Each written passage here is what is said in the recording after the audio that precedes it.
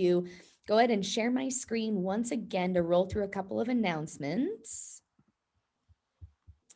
All right. And I know that we've got one attendee, still waiting on a couple others real quick, but it's my pleasure to introduce myself. I think, Sarah, you've been on a couple calls, so you probably recognize my face. Again, my name is Kristine Brown. I'm the Director of Member Engagement here at the Reno+Sparks Chamber.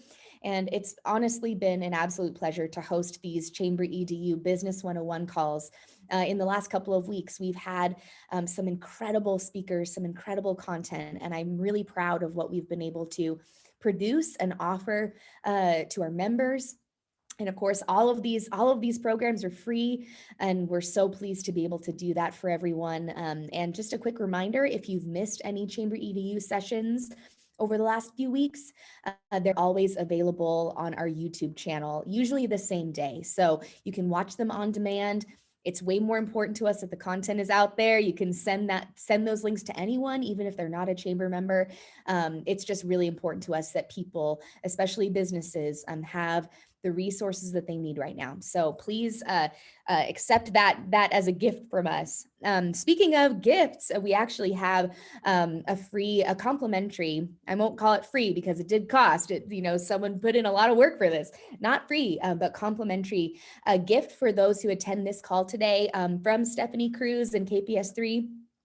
They've graciously offered us a report on current consumer sentiment, which I think will be really vital for a lot of folks, especially as we're facing a season where sentiment is probably changing by the day. I can even say from the Chamber's perspective, we've seen a huge shift, even just in the last 2 weeks, when it comes to people's comfort level with attending in-person events, for instance. And so, of course, that could easily translate to people's willingness to visit your business, volunteer for your nonprofit, whatever the case may be, whatever space you find yourself in.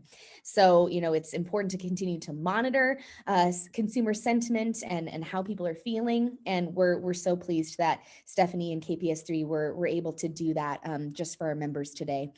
So with that, let me just share quickly. We've got a couple more Chamber EDU sessions coming up in this series. We've got a great webinar on workplace mental health resources coming up on March 30th. And of course, we invite KPS3 back again on March 24th to talk to us further about creating a competitive advantage through marketing. And of course, we've got one more session in our strategic planning series with the UNR College of Business, virtual workplace engagement webinar, so much more. So please visit our website, check them out, register for anything and everything that interests you, and we're so happy to host you. Without further ado, though, and we'll go ahead and get back to Stephanie Kruse, who has joined us. She is the founder and board chair of KPS3, and she is going to be talking to us today about integrated marketing and pivoting and everything that we've gone through in the last couple of months, and how we know when to pivot again and when to reintroduce some behaviors and practices, and just how to be good students of our own marketing practices. So without further ado, again, Stephanie, please take it away. Great. Since it's a small group, I'd like to ask the two Sarahs who are on. Sarah D'Angelo, can you tell me a little bit about what you do and what you're interested in? And then I have just gotten to know Sarah Goodlickson, who may have something to say in a couple minutes when the time is right. So there she is. So Sarah D'Angelo, do you want to start and talk about what is it that you do, and how can this presentation maybe be tuned into you? Well, my company is called AO Energy. We are a solar provider for residential and commercial. Currently, our major focus is Nevada, California, but we're also have 22 states that we can actively market in. And our primary method of sales and marketing was in person. Mm-hmm. So whether it be door-to-door, canvassing, that type of thing, but the actual presentation was in-home. We've since pivoted to primarily Zoom consultations and that type of thing, which has been, sharing that with some of the people that I work with has been a bit of a challenge because it's not quite as impactful from a remote type of aspect. So very interested in this whole, let's say, consumer sentiment. When is it time to pivot? Maybe back to the tried and true methods, etc. Cool. Okay. Other Sarah, would you like to talk a little bit about yourself and say any good news that you may have in your life? Hello.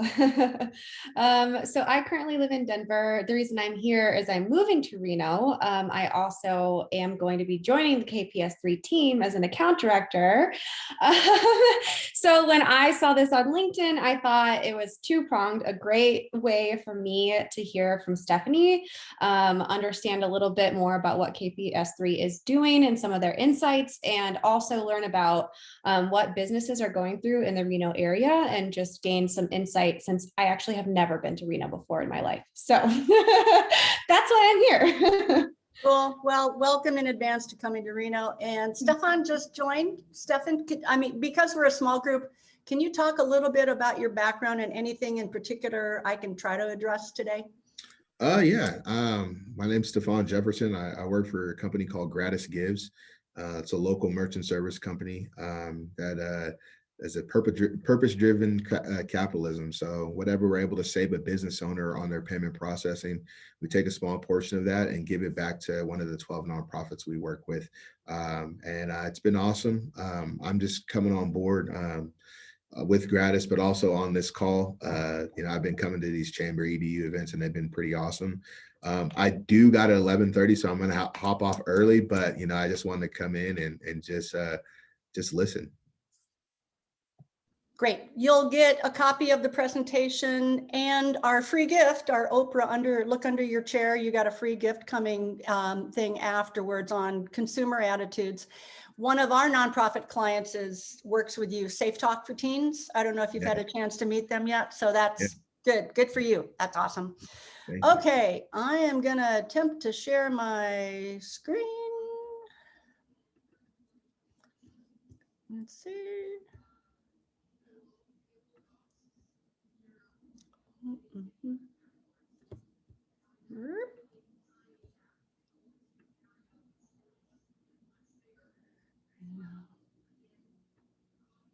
Yep. That should do it. Okay. Can everybody see the whole thing? Looks great. Awesome. Okay.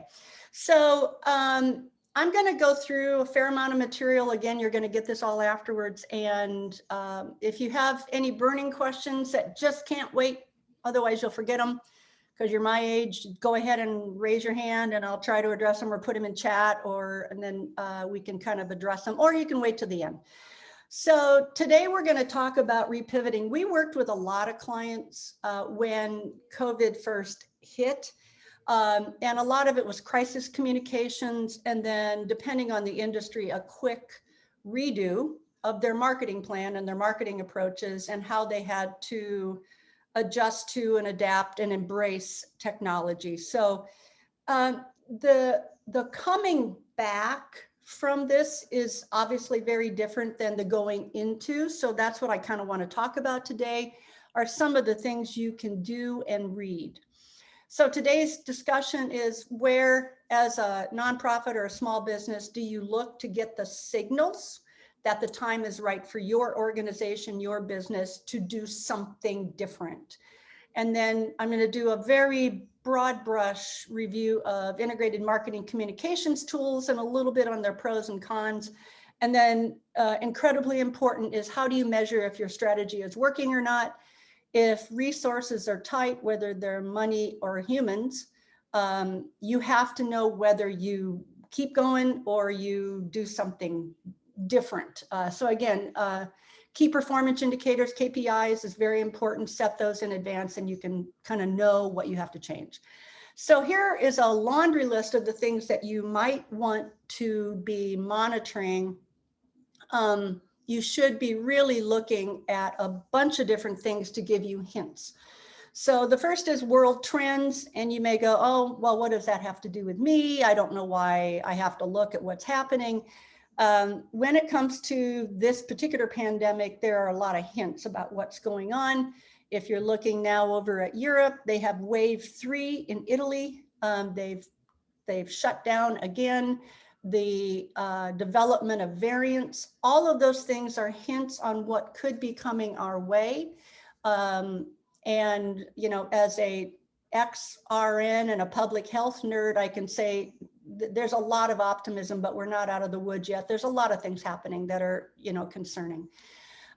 USA happenings and political tone, there's a big push for vaccinations, staying the course.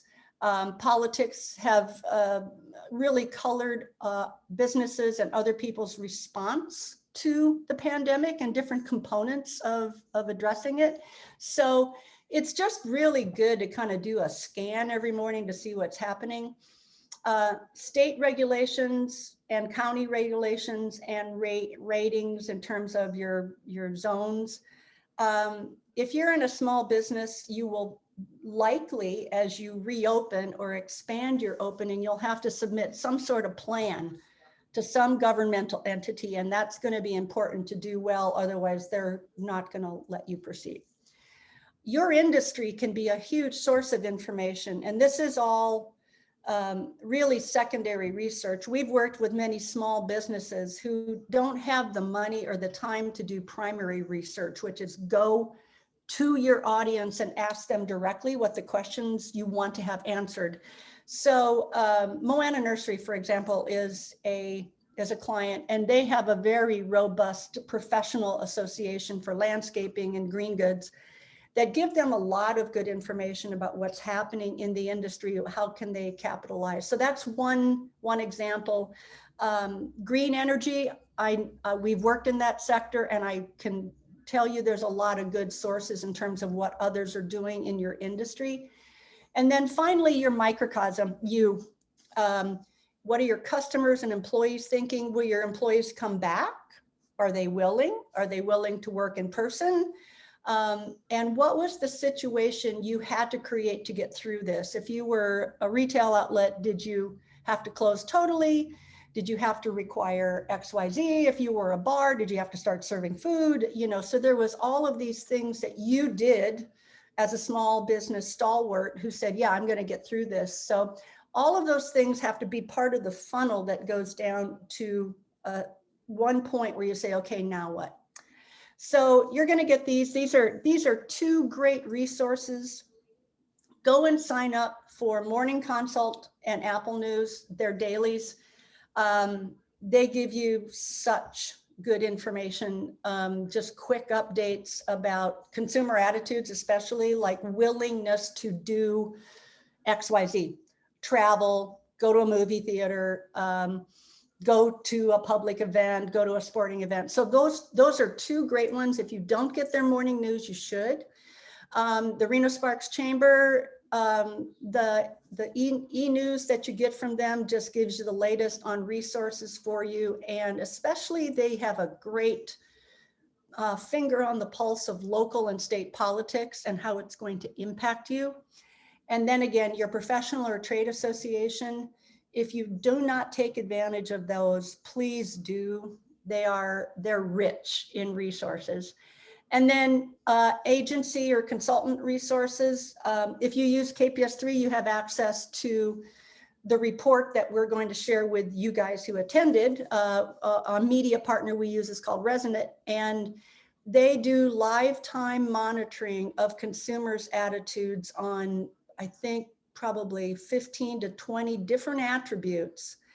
And they're just really a really good source of information that if you use a certain agency, we all have stuff we can share with you and use, but because we place media and we use them as a partner on many large accounts, we have things like that we can share. So here, for example, this came from Morning Consult in the fall of 2020, and it was a rating of consumer attitudes. So in terms of comfort or popularity increasing or improving, this is again, fall 2020 after everything had been shut down. So shopping malls, support for getting vaccinated, all of a sudden support for Medicare for All and Affordable Care Act, Staycations is one of those things that people, I believe, and the trends say that is going to stay. That's not going to go away. People feeling more comfortable in returning to healthcare visits in person. No surprise, kids' screen time, because that's how they're going to school, and parents' acceptance of that. And I don't know if you remember when this first started in March, nobody mentioned the pandemic. Nobody mentioned what was going on. Nobody showed ads with masks on. That is becoming much more comfort because people are going, well, this is going to go on for a while. By fall, people were still not great, comfortable about attending a sporting event. And it's funny, overall, people didn't feel that the financial impact of COVID on millennials versus other generations was as big of a deal. So sorry, millennials. And then, yeah, yeah, sorry. And then the bipartisan support for economic stimulus packages, that really, you know, as it went on and on. So things that dropped and may come back slowly. People just still aren't wanting to buy premium products. Everybody is understanding that mental health has been kicked to the curb during this. Movie theater visits, I think that's gonna, even though you're starting to be able to open in both Nevada and California to some degree, I think that's gonna be slow to come back. Sports viewerships, it's like sports went away, and as it came back, people are less excited about it. Parents are still a little concerned about youths getting involved in sports. Here's good news for Sarah, clean energy workforce. There is not, I think there's less comfort about employees being involved, but I think the clean energy is really going to come into its own. And then I think there's just much less interest in the amount of income that low income workers have gotten.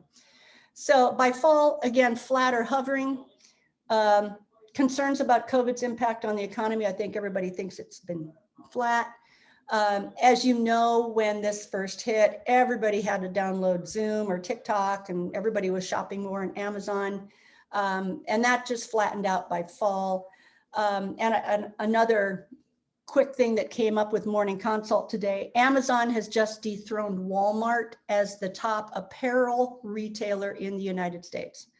So for those of you who think that e-commerce and ordering stuff and getting it at home versus going to stores is going to slowly go away, from our world in the industry, that's not going to go away. So just a quick primer on going to the source and surveying them directly. If you have a database, if you have an email client database, it can do two things. It can get you information on your audience specifically, and it gives you an opportunity to reach out and touch them. You're not going to do any sales with a survey, but you can touch them and they remember that you are still alive. So 3 types of questions. How comfortable would you be to? And then fill in the blank for whatever is important to you. Come to my store. Have an in-person sales visit, Sarah. Come to a fund development event. You know, so whatever it is you want to find out, then you do a 1 to 5 scale where it kind of gauge the comfort. That's what you get with Morning Consult, a lot of comfort ranges. And then you give them a multiple choice. What would it take to make you more comfortable? So that might be all employees wear a mask. We sanitize in between each visit. It's touchless checkout, you know, so a lot of the things that you probably have in your plan or that you're thinking about, just put them in a multiple choice. And you can either, if you have a good survey tool, you can either have people rank them, which gives you a lot of robust information, or you can just have say, yeah, this is important or not. And then what you want to do is really find out if we do X, will you come back? Or will you return to our business? So that'll give you a likelihood of when. You give a date range. So like if we do all these things, when would you come back? Next week, 4 months, or next year? So it gives you an idea of how to gauge what you think your business is going to do. Then the methodology, We like email. It's quick, easy, fairly easy to do. If you have a on-property venue, you can do that and interview people, or just have a piece of paper out and then they just dump it into a box. Very old school, but it can work. And if you just have tons of staff sitting around, you can, and you have a phone list, do a phone survey. Add a small incentive or drawing for a prize. Timing, if you do it by email, send the original, give a short timeline. I like to do less than 7 days, and then send one reminder email and get it over. And then 2 very inexpensive to free options for a link that you send them to. It'd either be SurveyMonkey or a Google survey option, both very easy to use.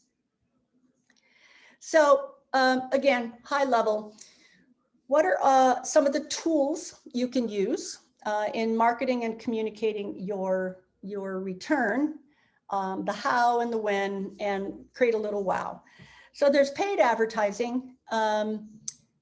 You know, traditional, there, depending on who you are and who you're trying to reach, traditional can work just great. We use a lot of digital because we find it can target and measure better. So you can do digital display, pre-roll before video that you may be on YouTube of a topic, or social media. Pros and cons to all of them. Earned media is through public relations and media communications, but there has to be a true story. You just can't say we're opening and say that that's news. You have to tie it to some big deal. So if you had an employee who had COVID, came back, is cured, and is coming back first day, that's probably a human interest story.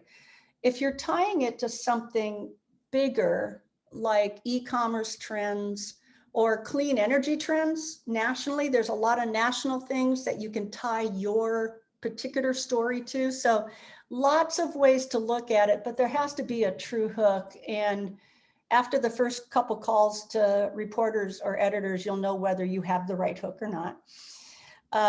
Other strategic communications tools, influencer communications. If you've got a group of people either on social media or that you know influence others to use your business or think about you, now would be the time, because people are really paying attention to influencers, and influencers have had time to become even more influential.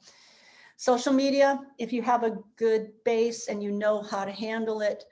My PR team gets mad at me when I say publicity stunts, but I don't think that they have run their course. If you can create an event or make news of some sort, even in this day and age, they can work to grab attention when it may not be a story.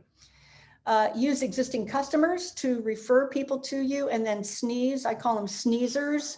Sneezers are a type of influencer. They try you and love you and think you're the coolest thing and spread the word. So you want to make sure you identify the sneezers in your world and use them. And then don't forget the organizations you're part of, such as the Chamber. If you're doing something, they're great at including something in their news, e-news. RSCVA, if you're in tourism and travel. I mean, there's a lot of partners who can help you.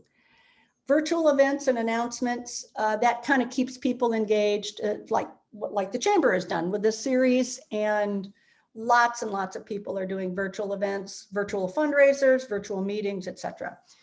And one thing that people often forget, they don't pay attention to their website, and they just kind of have a brochure online with one contact page. And what we try to do is really look at the user path through a website. You have to give people something to agree to all along the way. And what you want to do is get them from maybe to yes.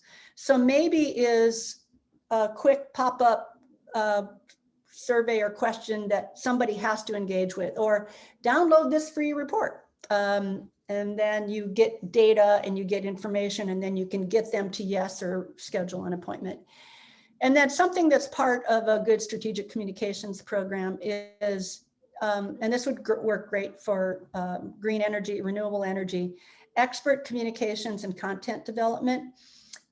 It not only impresses humans, It impresses search engines. So you really need to talk about with expertise your content, use keywords that you know or you believe people are searching for you for. So these are all ways to do it.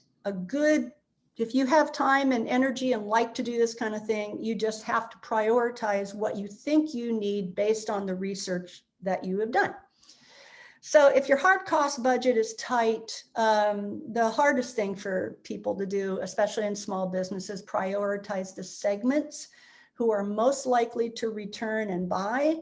That's that research I talked about at the front end. The likelihood to buy, propensity to buy is a big marketing term. What's their likelihood they're actually going to come in, do XYZ, download a brochure, email us, request a virtual tour, whatever your next step is. And then for the next less expensive methods, but don't think for a minute they don't take human power. They take somebody's time, whether it's yours on staff or a PR or marketing agency or consultant. So there's PR and media, or earned media as people call it, virtual events and the expert content, social media, and don't just post. You know how to have a strategy to expand your base. You can't have 4 followers or 4 likes and think that that's all you're going to do and just keep posting the same stuff. Influencers and sneezers, you should just sit down with your team and or maybe a couple customers and identify those people and then start to cultivate them. And then using those people for customer review optimization, Yelp, other methods that also can be shared. So social media response, influencer sneezing, the amount of things that you see out there is important to know how far your message has gotten. Amount and tone of media coverage, we measure more than just amount. We measure tone and what did we drive to some important call to action, whether it's social media or a blog or request for more content.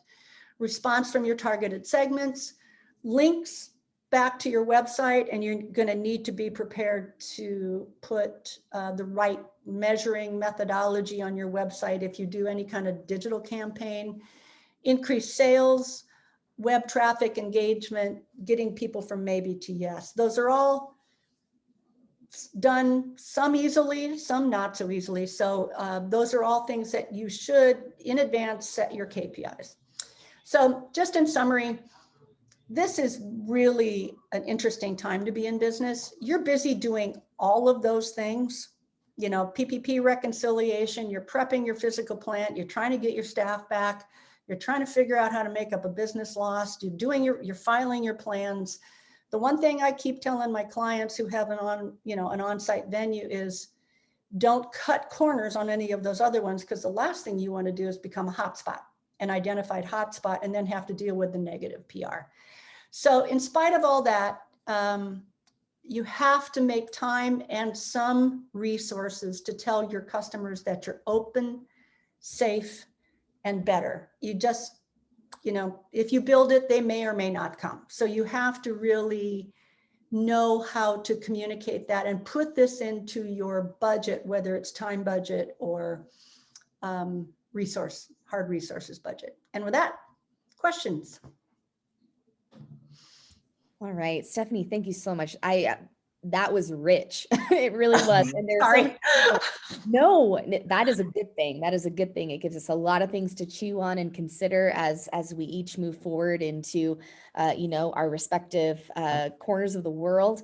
I have to say personally, I worked in news for 6.5 years. And so I loved, I loved your comment, especially about, how to get news organizations engaged in your content, and the fact that you can't just, send an email that says this event is happening. That's not a story, but you absolutely nailed the sentiment that, news outlets are looking for a story, whether it's offering context, a local angle to a national trend or national story, perspective, and of course, relevance. And so those are really the big things folks are looking for. I feel like that needs to be sung from the rooftops. And so it does. And, we've been doing PR and earned media for 30 years. And we have a pretty good gauge on what we think a story will be, and we've got a good team that can pitch and really find the right angle. But every once in a while we get a request to pitch something and we go, I don't think that's a good idea, and a client says, no, I really want you to, and so we do. Yeah. And it's a bite, and it's like, okay. Who knew?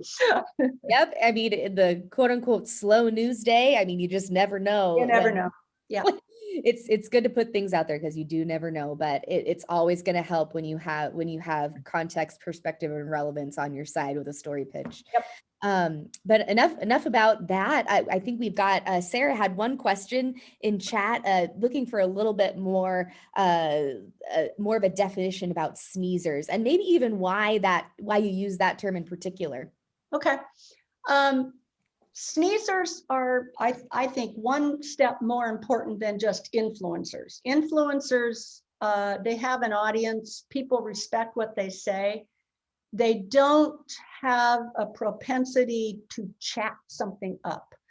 And one of the things we use with one of our clients is we've done online interviews with experts, but they also have a propensity to promote themselves, their businesses, things that they're involved in. So people who really have a strong comfort level with talking about and promoting things they do, those are sneezers. An influencer can use their influence, may or may not, but a sneezer loves to talk about whatever they're involved in, and they do in every avenue and every channel that they're involved in. And you can all probably think of a few sneezers. Just think about who you see on social media and all that kind of stuff, and you just know who they are because they're always on talking about something they're involved in, or or causes that they're involved in. I'm a sneezer. I'm on doing all kinds of stuff, not just about KPS3, but nonprofits or ideas I think are cool.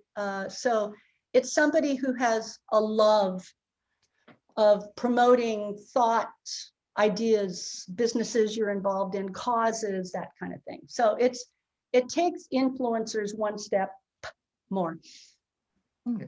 So the whole kind of takeaway from viral, so sneezing, Yeah. making it, okay, Yeah. okay, I got And that. Sneezers was a term that was used before there was even a lot of social media. I just think it's got a great, it's got, in COVID time, it's probably less romantic, but That's, you just know that you can, there's certain people, they're promoters, and they talk about everything. And if something grabs their attention and their love, so Sarah, you could have people who are really into what you're doing, outcomes of what your company does. And you have to take sneezers sometimes with a grain of salt, because sometimes what they sneeze may not be exactly what you want, but they do get the word out about something cool that you're doing or something that you're launching. And I know in your industry, you've got a lot of sneezers. I've worked with people on the media side and not on the media side. It's you have some good gold mines, I think you can go after. okay. So when you're talking about that, are you thinking of people like, say Tom Steyer or like Greta Thunberg or, those types of people? It depends on how broad you want to go. There's local sneezers, there's industry sneezers. And you probably know the people within your industry who get real fired up about something. And if you can catch their interest, they can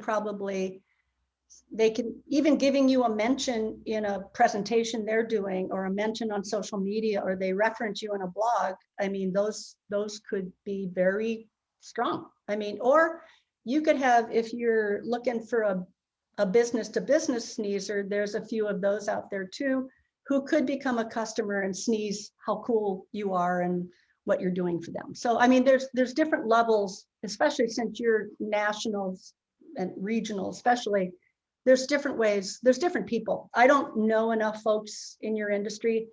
I know years ago when we first started working with it, there was a lot of people who were just, wow, and talked a lot about their feelings about it. Mhm.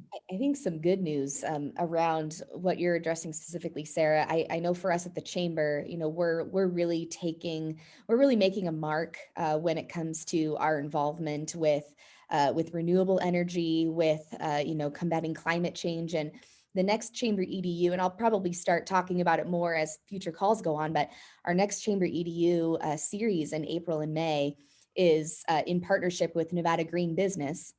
And we're going to do a green business certification course for people.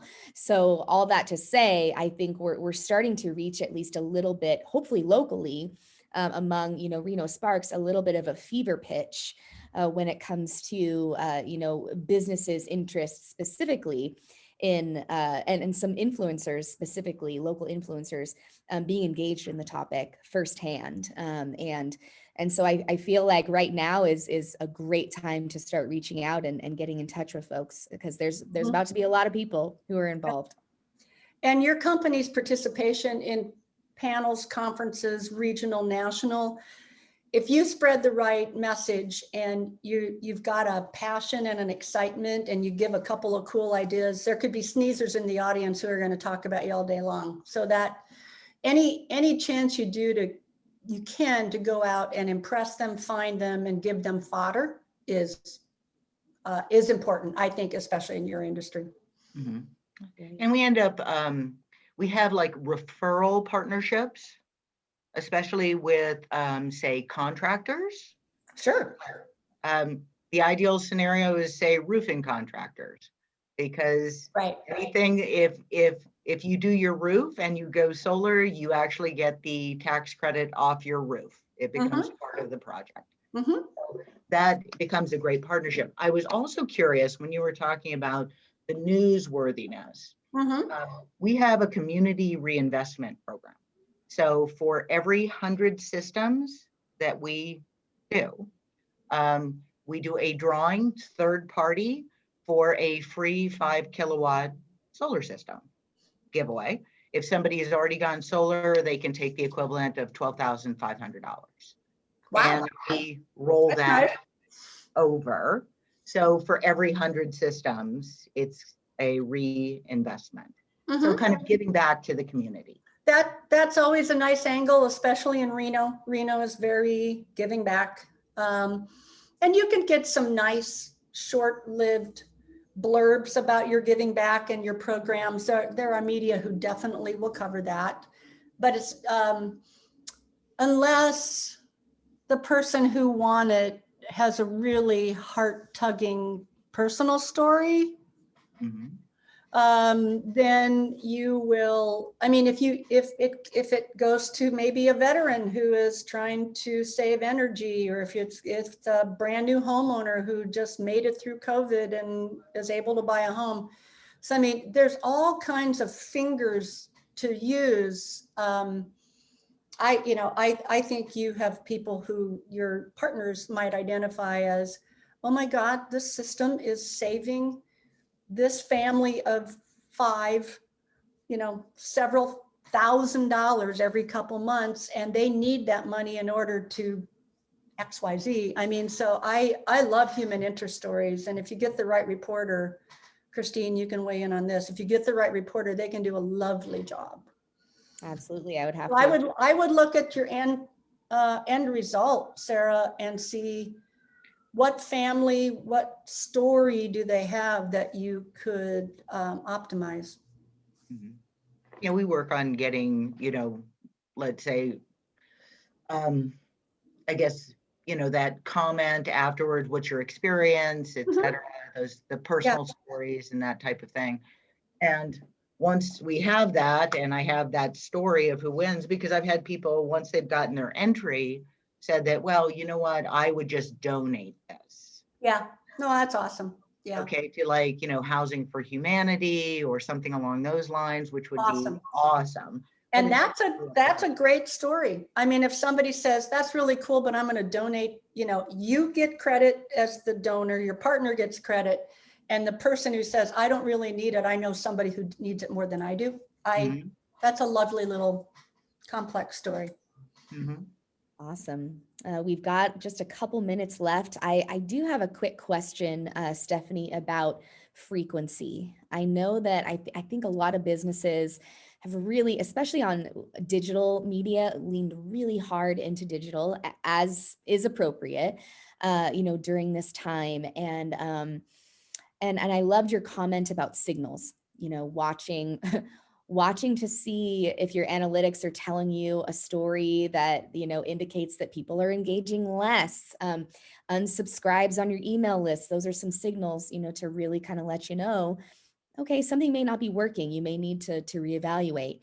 I want to talk specifically about frequency. Do you, in your opinion, do you feel like brands, businesses, nonprofits should be scaling back, their emails to clients and customers, social media frequency? Are you seeing a drop in people's engagement levels digitally? Well, like most of the questions in marketing, the answer is it depends. And so a lot of the things we're doing with clients is, if they keep hammering away over and over with the same tone and type of message on, say, just one channel, we say, okay, let's do a strategic overview of what we use for what type of announcement. So we're going to use Facebook for this, we're going to use LinkedIn for this, and we're going to use Pinterest for X. Or if you're sending out an email with the same stuff pretty much every week, that's common sense. Nobody wants that. No, I mean, nobody wants that unless you have a different offer or something really unusual every week. And some clients do, or some people do. I just think you have to, you made a good point, Kristine. You watch the analytics. If you start to get a lot of unsubscribes from your email news, then you have to look at a couple things. Is it frequency? Is it the content? Is the source or the information annoying them in some way? Like, is it too political? Some people get way political. And so you have to really look at a lot of different things.